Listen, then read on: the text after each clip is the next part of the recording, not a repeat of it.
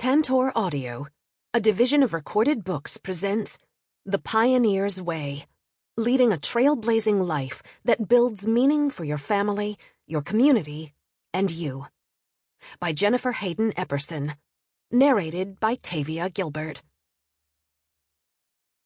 Hope lies in dreams, in imagination, and in the courage of those who dare to make dreams into reality. Jonas Salk. Forward.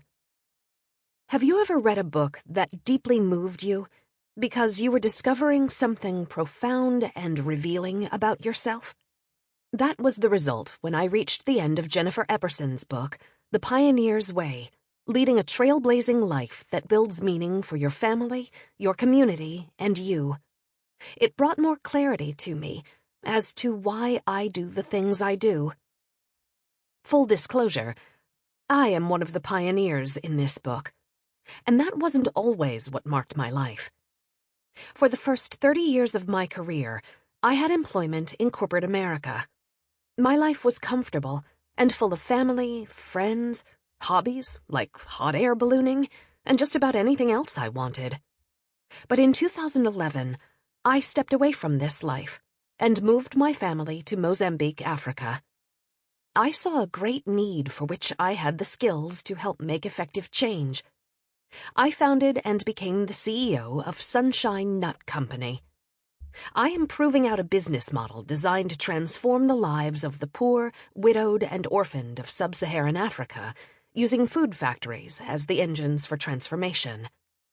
During this time of tremendous change, we have overcome great odds and significant obstacles to build the Sunshine Nut Company.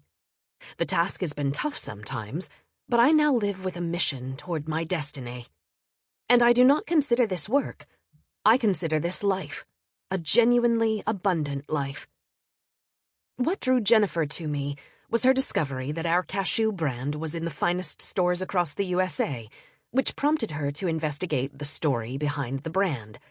When she reached out to me, it was clear that she had done her research on me and my past, and wanted to learn more about the traits of a pioneer exhibited in my life. Now, I have been called many things over the years, such as a thrill seeker, a risk taker, and a turnaround specialist, but I had never been classified as a pioneer. But Jennifer helped me realize that this is what I am. And not just me. In the Pioneer's Way, she wants all of us to see the pioneers among us, and she wants to inspire us to join their ranks, either as pioneers ourselves or as their followers and supporters. She wants the world to be a better place, and she sees the work of pioneers as critical to this vision. The Pioneer's Way is filled with stories of pioneers both past and present. Jennifer shares their backstories and what drove them to achieve their accomplishments. Jennifer comes from a long line of pioneers herself, and is fascinated by the traits that lead people to overcome all odds in a quest to make the world better. She has created a mesmerizing book that masterfully breaks down what it means to be a pioneer, the steps of the pioneering process, and the traits pioneers typically possess. Jennifer details the lives and motivations of pioneers who have made significant impacts in the world. She delves into the motivations that set people on the path that would define them as a pioneer. This book is not just about the pioneer's accomplishments, though. It is also about the process along the way, the slogging, the suffering, the tenacity, the principles that keep the pioneer moving forward despite overwhelming odds. After all, there is territory to take. There's good to be done. There are people suffering who need relief and support, and a better way to live. Jennifer captures what leads a pioneer to do what they do. She tells you why the pioneer selects a path in life to the detriment of other interests, which involves sacrifices for this great possibility of good. She describes the processes along the way and the making of decisions that set the pioneer's course, a course on which there is no turning back. Jennifer points out that persuasiveness is a key trait for pioneers, where they cast a vision and sacrifice much to see it realized. People follow pioneers because they see the wholehearted devotion to the cause, and they get hooked into the desire to see it happen. But pioneering is not just leadership. It involves an extra element of persistence, of having skin in the game, among other essential traits. Jennifer's style of presentation is compelling. She doesn't give a pioneer's story all at once. Instead, she breaks up the various stories, returning to them to give us more as she unpacks the pioneering process and the traits pioneers exhibit. This approach cements into listeners' minds the key points she wants to make, while also enabling listeners to thoroughly enjoy the stories. She teases you to keep listening as she unfolds so many fascinating journeys into the frontier of pioneering. The excitement that leaps from the book has the power to propel the meekest, quietest soul, the one who prefers to stay in the background, to build the motivation to step out and go on a quest in their circle of influence to increase the greater good. It is the everyday lives of people that form the basis of visions that will break the paradigm of the status quo. Will you be encouraged to break with routine, to go where nobody has gone before, or has tried but never succeeded? As I read this book, I could relate to the processes that Jennifer explained and illustrated.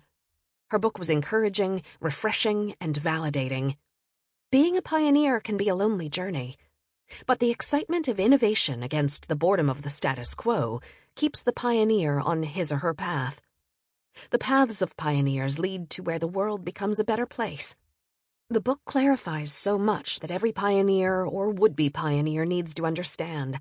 We can all learn from each other. What was especially helpful to learn is how pioneers have handled their teams.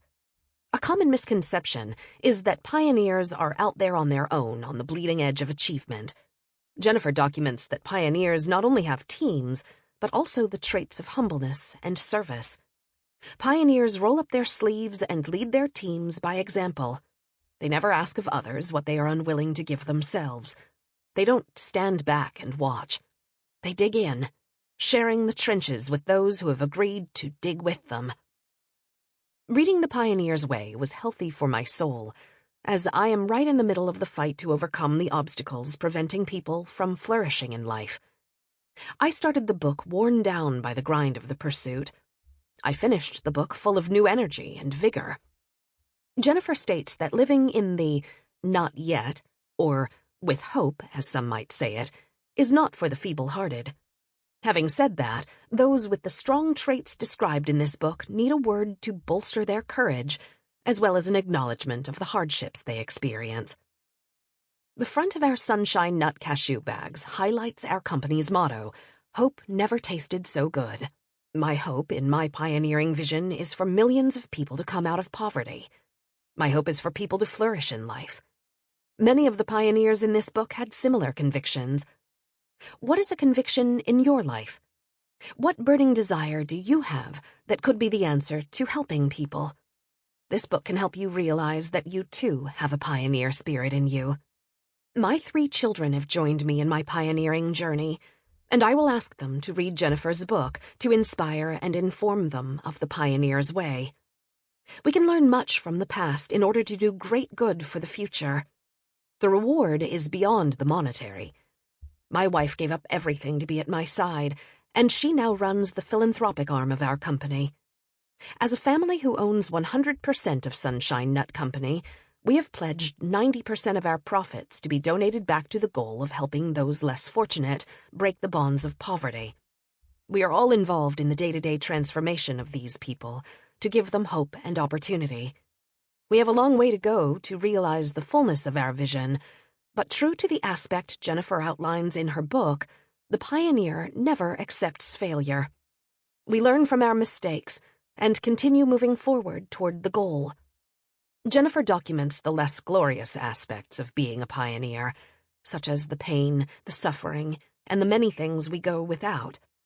She gets it right when she writes that the selection of a path causes the pioneer to move on out and never look back.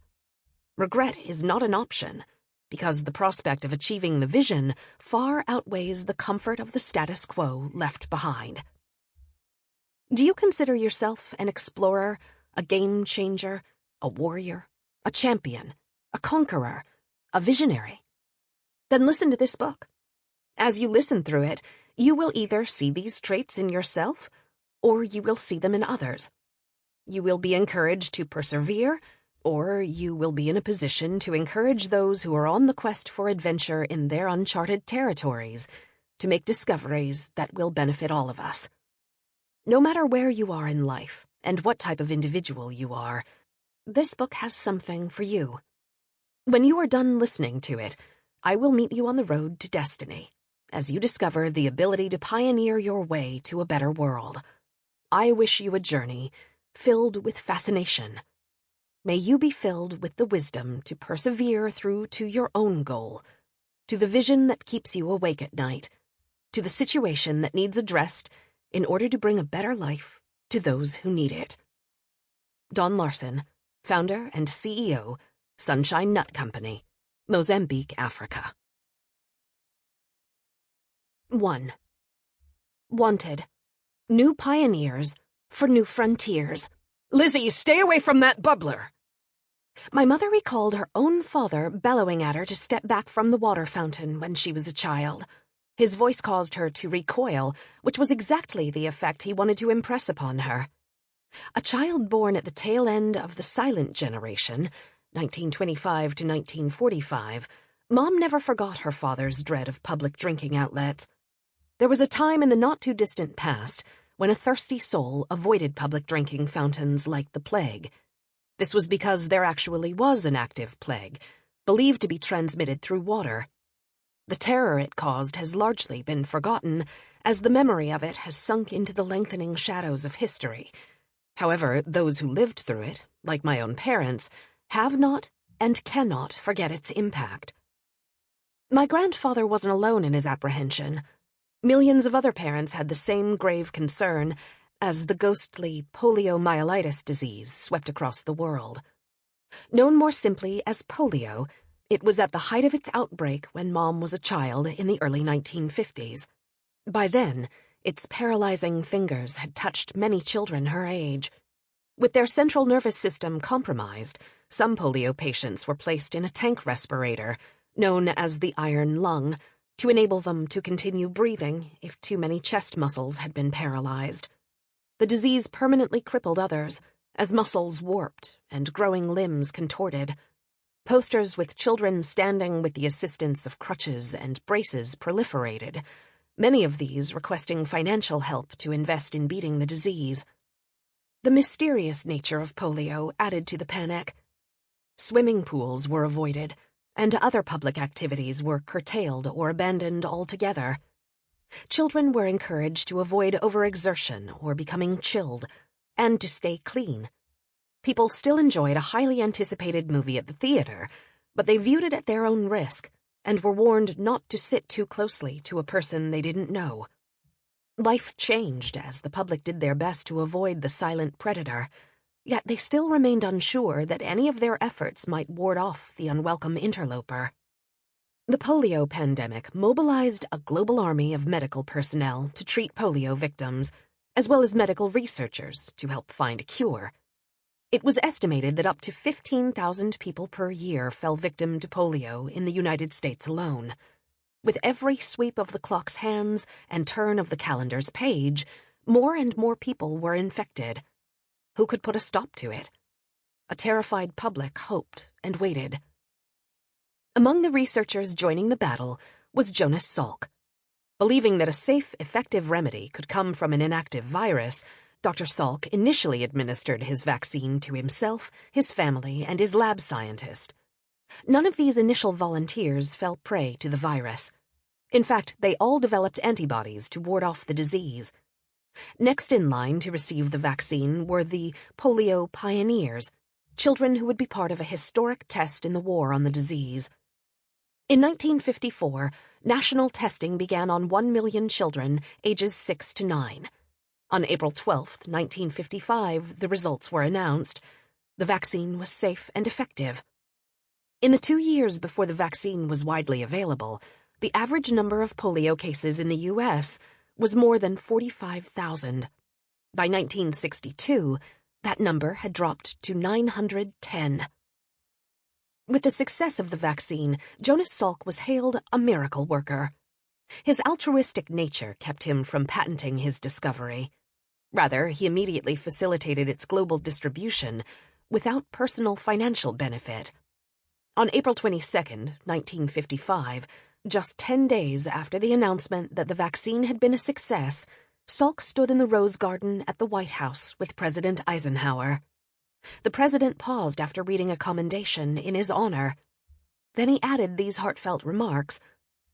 "Dr. Salk, before I hand you this citation, I should like to say to you that when I think of the countless thousands of American parents and grandparents who are hereafter to be spared the agonizing fears of the annual epidemic on poliomyelitis, when I think of all the agony that those people will be spared, seeing their loved ones suffering in bed, I must say to you I have no words in which adequately to express the thanks of myself and all the people I know, all 164 million Americans, to say nothing of all the people in the world that will profit from your discovery. I am very, very happy to hand this to you."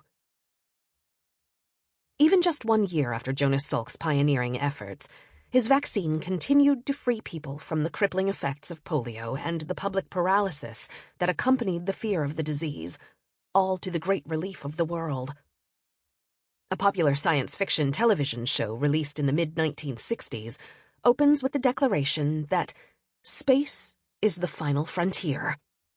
Set in the 23rd century, space may indeed be the final frontier that humanity faces in the distant future. In the meantime, people are still needed to step up and be today's trailblazing pioneers. When Dr. Jonas Salk died at age 80 in 1995, he was still pioneering. He was on the search for the cure to another insidious plague caused by the human immunodeficiency virus, HIV. Many had hoped that the one who had given the world the polio vaccine might also conquer this dreaded predator. But it wasn't to be. The world is still waiting. The world is also waiting for an entire spectrum of breakthroughs, not just in medicine, but in new mechanical and technological wonders, education, politics, law enforcement, psychology, civil rights, and just about any other area that yearns for needed change to advance the common good. But these discoveries desperately need discoverers to blaze the trail and unravel the mysteries that keep the benefits for humanity just out of reach. Almost all worthwhile benefits to human life begin with one or more individuals who identified a need and worked hard, sometimes with great personal sacrifice to meet it. These individuals stepped up and have done the hard, intellectual, experimental, and sometimes dangerous work to turn their ideas into reality. This job is far from over. We desperately need more people who will embrace the challenge, taking on these tasks in their areas of influence. The rest of this book is about some of the other pioneers who came before us, and what their pioneering work shows us about what it takes to step into their shoes and successfully pioneer new vistas in our day and time. But before we launch into that, we need to be clear about what and who a pioneer is. A pioneer is... When we hear the word pioneer, specific pictures come to mind, and they could vary greatly among us.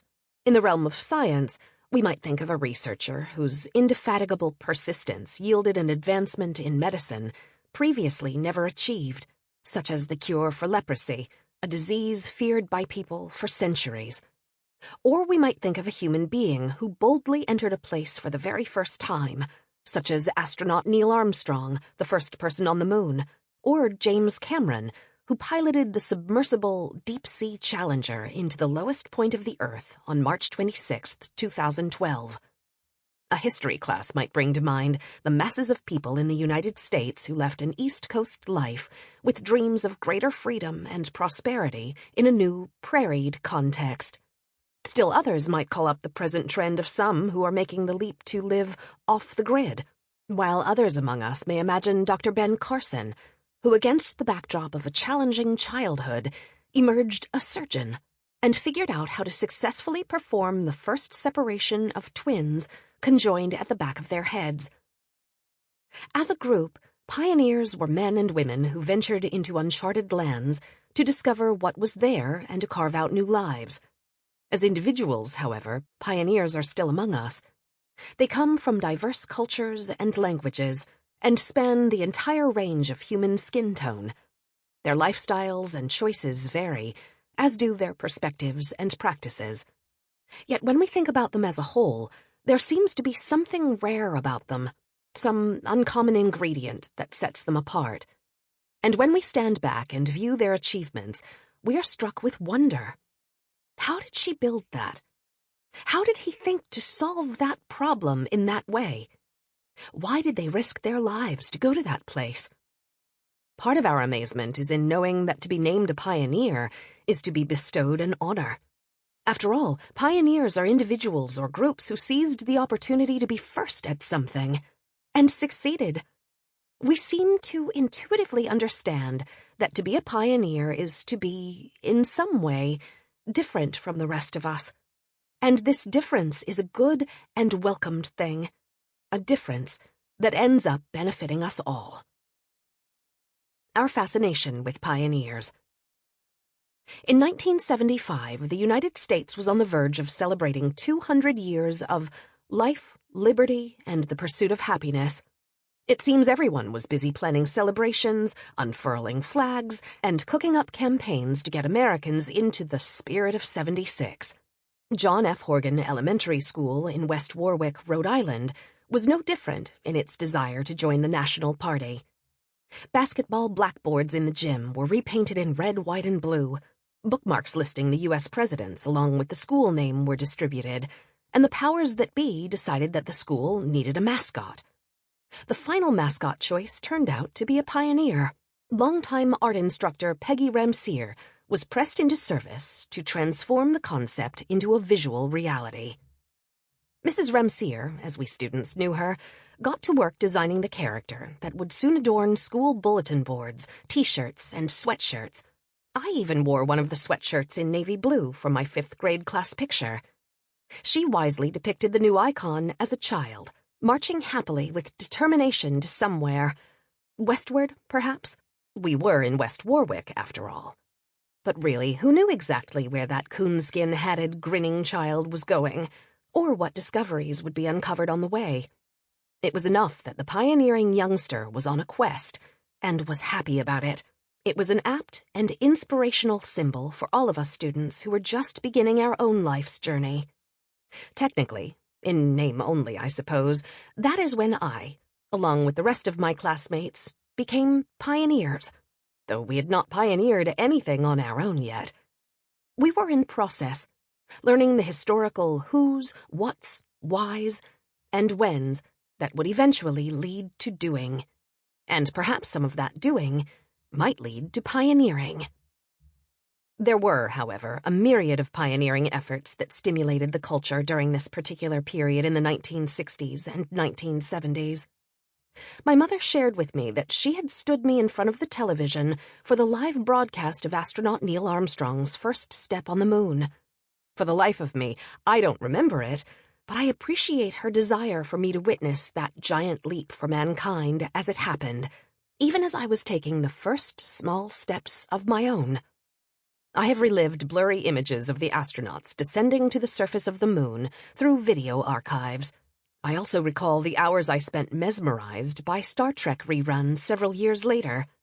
I never seemed to tire of watching those 3 television seasons again and again. My skin would tingle every time I heard William Shatner's voice declare that he and the Enterprise crew were boldly going where no man had gone before. At the time, it didn't even occur to me that the male reference might exclude me as a girl child. But I saw Lieutenant Uhura on board the Enterprise, showing me that a woman could go on space adventures. And in my imagination, I would join the crew darting around the galaxies. I learned, along with many other young viewers, that I could also boldly go and seek out something new in my civilization, or in another if I wanted. As I think about it, this was probably a significant factor in my decision to major in French. Sadly, I didn't have a snazzy universal translator like Lieutenant Uhura had. If I wanted to speak to people who were different from me, I'd have to learn to do it myself. Walter Cronkite, the CBS News anchor of the first moonwalk, said of the event, "Man has landed there, and man has taken his first steps there. I wonder just what there is to add to that." Given the enormity of what Cronkite had just witnessed, such a question is understandable. In reality, however, even the day after the moonwalk, human beings continued to innovate, and our lives have been better for it. In the decades after the moon landing, humanity has realized a myriad of advances in medicine, industry, technology, social sciences, and more. Yet no one would argue that there remains further need for innovation. As long as there are problems to be solved, products to be improved, pristine places to explore, and people who need relief, the world is still in need of daring souls to pioneer. Who is a pioneer? People have been curious since the dawn of the human race. It is in our nature to ask questions such as why, who, what, and how. But the pioneers among us don't just ask the pertinent questions. They pose them about problems yet unsolved. And not just any problems, as we'll see. Then they pursue possible solutions with a dogged determination that will not be denied. So how should we describe such visionary explorers? And what sets them apart from others? The word pioneer seems to fit them the best. Pioneer originally developed from the word pont, an early Latin Franco term for foot. It wasn't just a reference to a part of the human body, though. It also pointed to military personnel who used their feet as a means to execute their primary operational task. In other words, we're talking about the infantry, those who advanced military interests while on foot. Another early French word for foot is pion, or peon, recognizable in modern use as somebody in lower social standing performing menial or unskilled labor. In English, the word pont, like peon, developed into pawn, another related word with a similar meaning. However, instead of taking on a demeaning connotation, as the word typically does today, I see the root of this word demonstrating an all-in participation. A peon's work is a holistic effort. It presses the spirit, mind, and body into service for missional achievement. In other words, these people have their own skin in the game. As words often do over time, this one morphed in spelling and meaning. Eventually, the word pion in French became pionnier, which brings to mind something like one who hoofs it. It entered English in the early 1500s in the form we know today, pioneer. The word has been assigned several meanings, including one of the first to settle in a territory, and a person or group that originates or helps open up a new line of thought or activity, or a new method or technical development. Pioneer has even taken on verb status, and is often linked with a mission in its usage, such as Marie Curie pioneered the theory of radioactivity. Pioneering or leading? Many pioneers are thought of as leaders in their field. They have served as the tip of the spear into new geographical areas or fields of inquiry. In this way, they are considered individuals on the leading edge, paving the way for the rest of us to follow and potentially benefit from their efforts.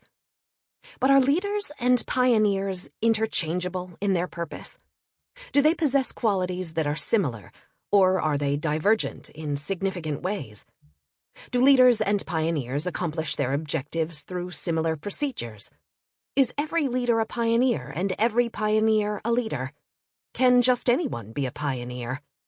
Since numerous leadership studies have been conducted in the last 100 or so years, situating pioneering traits and concepts against the backdrop of research-based models may assist us in providing answers to some of these questions. Modern leadership, as a scholarly discipline, is a rather recent development in human history. The word leadership made its appearance in English vocabulary in the 1820s, pointing merely to a position of a leader, command. It wasn't until late in the 19th century that this definition was expanded to its modern understanding of characteristics necessary to be a leader, having the capacity to lead. From then until the present time, the number of helpful studies on the topic and related literature have greatly expanded our understanding. Sample complete. Ready to continue?